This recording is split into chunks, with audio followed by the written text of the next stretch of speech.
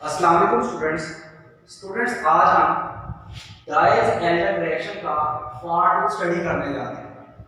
बेटा जैसे आपको मैंने पार्ट 1 में बताया था कि डाइज एल्डर रिएक्शन में दो मॉलिक्यूल एक दूसरे के साथ रिएक्ट करते हैं। उन दो मॉलिक्यूल्स में एक जो मॉलिक्यूल है वो कॉन्जुगेटेड डाइईन होता है और दूसरा मॉलिक्यूल जो है वो डाइनोफाइल होता है, जो कि बेसिकली सब्स्टिट्यूटल एल्कीन हो सकती है। जब डाइईन और डाइनोफाइल दोनों एक दूसरे के साथ रिएक्ट करेंगे तो 6 बॉन्डेड ट्रांजिशन स्टेट बनेगी और ये बाद में कन्वर्ट हो जाएगी प्रोडक्ट में। बेटा मैंने आपको बताया था कि डाइईन जो है उसमें अगर इलेक्ट्रॉन डोनेटिंग ग्रुप लगा हो और डाइनोफाइल में अगर इलेक्ट्रॉन रिट्राइंग ग्रुप लगा हो तो रेट ऑफ रिएक्शन जो है वो मैनी टाइम इंक्रीज कर जाता है। तो बेटा बेसिकली रिएक्शन कैसे होगा, जब डाइईन और डाइनोफाइल दोनों एक दूसरे के साथ इंटरेक्ट करेंगे तो बेसिकली आप देखें कि जो डाइईन है इसमें इस पोजीशन पे इलेक्ट्रॉन रिट्राइंग ग्रुप लगा हुआ है। ये वाला जो इलेक्ट्रॉन रिट्राइंग ग्रुप है जब इलेक्ट्रॉन विथड्रॉ करेगा तो इस कार्बन पे पार्शियल पॉजिटिव चार्ज का गेट हो जाएगा, जैसे ये वाली जो कार्बन है एक्ट करेगी एज इलेक्ट्रोफाइल, ठीक है, और दूसरी जो कार्बन है वो एक्ट करेगी एज अ न्यूक्लियोफाइल। जब ये वाली carbon as a electrophile act करेगी तो डाइईन के ये वाले पाई बॉन्ड के इलेक्ट्रॉन जो है वो इधर अटैक करेंगे, जिससे इन दोनों कार्बन के दरमियान जो पाई बॉन्ड के इलेक्ट्रॉन है वो नेक्स्ट आगे मूव कर जाएंगे, वो इस कार्बन और इस कार्बन को कनेक्ट करेंगे। इन दोनों कार्बन के दरमियान जो पाई बॉन्ड के इलेक्ट्रॉन है वो इधर नेक्स्ट शिफ्ट हो जाएंगे, ठीक है। आप यहां पर देखिए जब ये वाले पाई बॉन्ड ने इधर अटैक किया तो डाइईन की कार्बन और डाइनोफाइल के कार्बन के दरमियान बॉन्ड बने जाएगा। जब ये वाला बॉन्ड आगे शिफ्ट करेगा तो यहां पर जो पाई बॉन्ड था वो टूटना शुरू हो जाएगा, यहां पर जो न्यू बॉन्ड है वो बनना शुरू हो जाएगा। जब ये वाला बॉन्ड है वो आगे मूव करेगा तो यहां पर जो डबल बॉन्ड है वो टूटना शुरू हो जाएगा। ये वाला बॉन्ड इधर मूव करने से यहां से सिंगल से डबल बॉन्ड आना शुरू हो जाएगा। तो यहां पर आप देखिए 6 बॉन्डेड ट्रांजिशन स्टेट बनेगी। ये मैंने बताया था कि ये वाली जो ट्रांजिशन स्टेट होती है इसे कंसर्टेड ट्रांजिशन स्टेट कहा जाता है। कंसर्टेड ट्रांजिशन स्टेट से मुराद ऐसी ट्रांजिशन स्टेट होती है जिसमें एक ही स्टेप में तमाम बॉन्ड ब्रेकिंग और तमाम जो बॉन्ड फॉर्मिंग स्टेप्स हैं या प्रोसेसेस हैं वो एक ही वक्त में हो रहे हैं। तो जब ये बाद में फाइनल प्रोडक्ट में कन्वर्ट होगी तो यहाँ जो है न्यू सिग्मा बॉन्ड आ जाएगा, यहाँ सिग्मा बॉन्ड नहीं आ जाएगा, यहाँ पर न्यू सिग्मा बॉन्ड आ जाएगा। अच्छा यहाँ पर जो डबल बॉन्ड था वो ब्रेक हो जाएगा, यहाँ पर जो डबल बॉन्ड था वो ब्रेक हो जाएगा। यहाँ पर जो है ये वाला बॉन्ड इधर शिफ्ट करने से एक पाई बॉन्ड की जो लोकेशन है वो चेंज होगी और यहाँ पर जो डबल बॉन्ड था वो कन्वर्ट हो गया सिंगल बॉन्ड में। यानी ओवरऑल जो है 2 नए सिग्मा बॉन्ड बने और 2 पाई बॉन्ड्स में क्या आई है, कमी आई है, ठीक है। इससे हमारे पास साइक्लो हेक्सेन सिस्टम बन गया। बेटा ये वाला जो रिएक्शन है बेसिकली थर्मल कंडीशन में होता है, इसलिए इसे थर्मल साइक्लोएडिशन रिएक्शन कहा जाता है। बेटा फॉर एग्जांपल अगर हम टेंपरेचर इंक्रीज कर रहे हैं तो टेंपरेचर इंक्रीज करने से बाद दफा ये वाली जो प्रोडक्ट है दोबारा रिएक्टेंट में कन्वर्ट हो जाती है। अगर हम इस प्रोडक्ट को हीट करें, ठीक है, एट वेरी हाई टेंपरेचर, तो ये जो प्रोडक्ट है ये दोबारा किस में कन्वर्ट हो सकती है, बैक इनटू रिएक्टेंट्स में। इसको कहा जाता है रेट्रो डाइज एल्डर रिएक्शन। बेटा रेट्रो डाइज रिएक्शन किसे कहते हैं, अगर हम प्रोडक्ट को वेरी हाई टेंपरेचर पे हीट करें तो ये प्रोडक्ट है वो दोबारा किस में कन्वर्ट हो जाएगी, बैक इनटू रिएक्टेंट्स में, ठीक है, डाइईन और डाइनोफाइल। तो इसको कहते हैं retro Diels Alder reaction. Students for example हम कह लेते हैं कि यहां पर डाइईन या डाइनोफाइल में कोई हेटेरो एटम हो। फॉर एग्जांपल हम यहां कह लेते हैं ऑक्सीजन है, ठीक है, तो यहां पर ऑक्सीजन होगी, इससे हमारे पास जो प्रोडक्ट है उसमें सारे जो साइक्लोहेक्सेन सिस्टम के एटम होंगे वो कार्बन ही होंगे, अदर देन कार्बन एटम भी होगा, जाहिर बात है। तो ऐसी जो प्रोडक्ट है जाहिर बात है उसमें हेटेरो एटम होगा, तो ऐसे डाइज एल्डर रिएक्शन को क्या कहा जाता है, hetero Diels Alder reaction. Hetero Diels Alder reaction हम कहते हैं जब डाइईन या डाइनोफाइल में कोई हेटेरो एटम हो अदर देन कार्बन, तो इससे हमारे पास जो प्रोडक्ट बनेगी या साइक्लोहेक्सेन सिस्टम बनेगा उसमें भी हेटेरो एटम होगा, ठीक है। तो ऐसे डाइज एल्डर रिएक्शन को हेटेरो डाइज एल्डर रिएक्शन कहा जाता है। बेटा अगर हम साइक्लोपेंटाडाइन का आपस में रिएक्शन करवाएं एट रूम टेम्परेचर। तो साइक्लोपेंटाडाइन जो है 1,3 साइक्लोपेंटाडाइन, उसके दो मॉलिक्यूल एक दूसरे के साथ डाइमर बनाते हैं। एक मॉलिक्यूल एक्ट करता है एज अ डाइन और दूसरा मॉलिक्यूल एक्ट करता है एज अ डाइनोफाइल।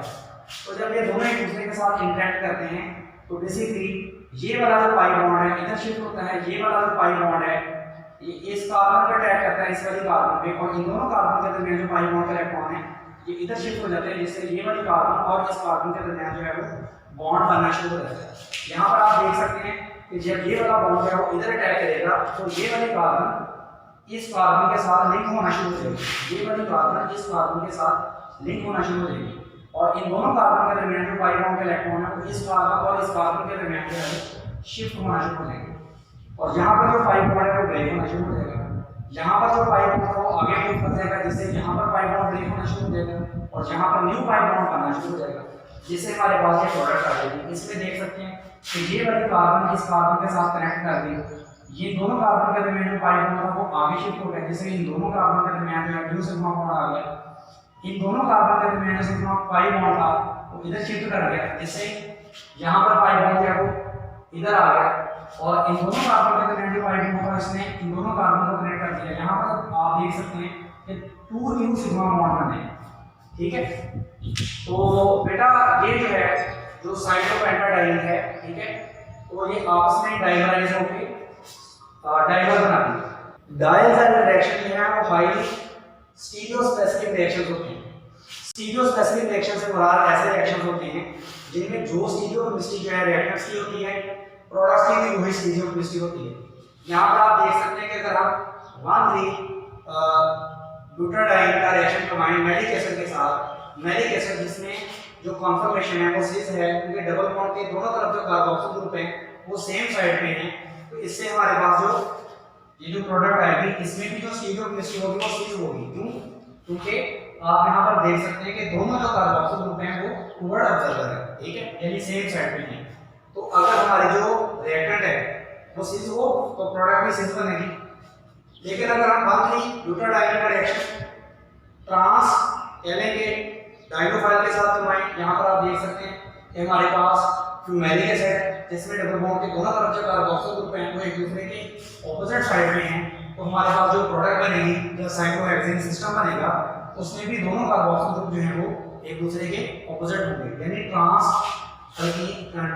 रिएक्टेंट से ट्रांस प्रोडक्ट बनेगी, सिस रिएक्टेंट से सिस प्रोडक्ट बनेगी, यानी जो ज्योमेट्री जो है या जो कन्फर्मेशन जो है वो रिएक्टेंट्स की होगी, प्रोडक्ट्स में भी वो स्टीरियोकेमिस्ट्री पास होगी। ऐसे रिएक्शंस को स्टीरियोस्पेसिफिक रिएक्शंस कहा जाता है। बेटा डायलैक्ट्रिक रिएक्शन में एक बहुत इंपॉर्टेंट टॉपिक होता है that is endo rule. Endo rule क्या है? एंडो रूल ये है कि फॉर एग्जांपल यहां पर आप देखें कि डाइन और डाइनोफाइल एक दूसरे के साथ इंटरेक्ट कर रहे हैं। अब डाइनोफाइल बिल्कुल एग्जैक्ट डाइन के नीचे है, ये डाइन है, ये डाइनोफाइल है। डाइन और डाइनोफाइल दोनों एक दूसरे के नीचे हैं। अब डाइन के जो डबल बॉन्ड हैं उनके एग्जैक्ट नीचे डाइनोफाइल के इलेक्ट्रॉन भी ड्राइंग होते हैं। मैं दोबारा बता देता हूं, डाइन के डबल बॉन्ड यानी डाइन के जो डबल बॉन्ड्स हैं वो और डाइनोफाइल के इलेक्ट्रॉन भी ड्राइंग होते हैं। अगर दोनों एक दूसरे के बिल्कुल एग्जैक्ट नीचे हों, बिल्कुल एक दूसरे के पैरेलल हों, जिससे हमारे पास जो प्रोडक्ट बनती है दैट इज एंडो प्रोडक्ट। ये बेसिकली बाइसेक्टिव प्रोडक्ट है जिसको नॉन कोहेरेंट कहा जाता है।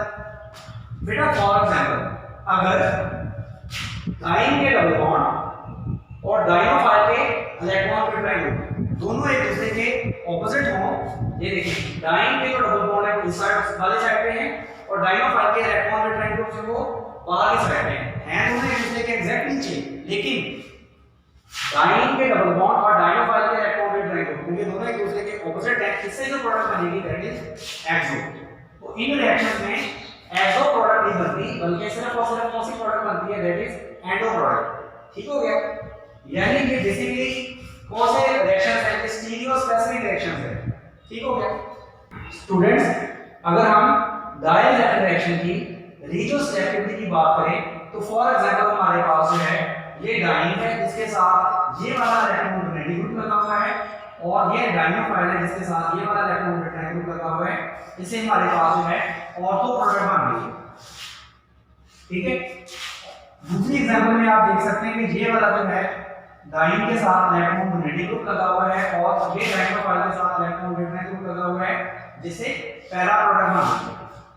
यानी डायल रिएक्शन में जो साइक्लोहेक्सेन सिस्टम बनता है या वो ऑर्थो होता है या पैरा होता है। ऑर्थो में देख सकते हैं कि दोनों सब्स्टिट्यूएंट्स जो हैं 1-2 पोजीशन पे लगे हुए हैं और पैरा में आप देख सकते हैं कि दोनों जो सब्स्टिट्यूएंट्स हैं वो एक दूसरे के 1-4 पोजीशन पे या ऑपोजिट साइड पे लगे हुए हैं। ठीक है, तो डायल रिएक्शन में जो मेटा प्रोडक्ट है वो नहीं बनती। फॉर एग्जांपल मैं कह देता हूं कि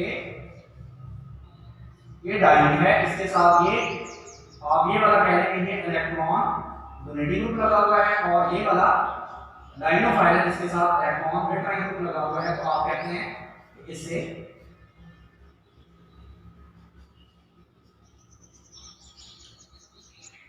ये हमारे पास 1-3 या मेटा प्रोडक्ट मान जाए, तो ऐसा पॉसिबल नहीं है।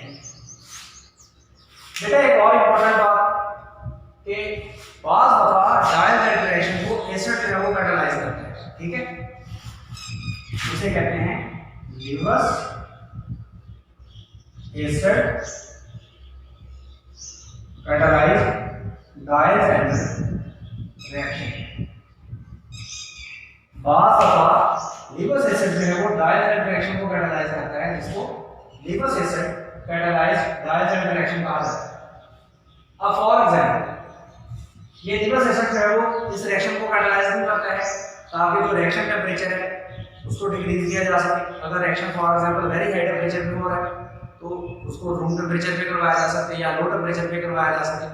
दूसरे नंबर पे ये जो रिएक्शन है उसका रेट इंक्रीज करने के लिए। तीसरे नंबर पे इसमें जो रेडियो एक्टिविटी है या स्टीरियो इसकी जो केमिस्ट्री है इसको कंट्रोल करने के लिए रिवर्स एसिड जो है वो कैटालाइज किया जाता है। फॉर एग्जांपल यहाँ पर आप देख सकते हैं कि ये हमारे पास जो है डाइन है और ये डाइनोफाइल है। डाइन और डाइनोफाइल एक दूसरे के साथ अगर रिएक्ट करें विदाउट यूजिंग SnCl4 जो कि रिवर्स कैटालिस्ट है, तो हमारे पास प्रोडक्ट जो है वो 71% आती है। ये है विदाउट कैटालिस्ट।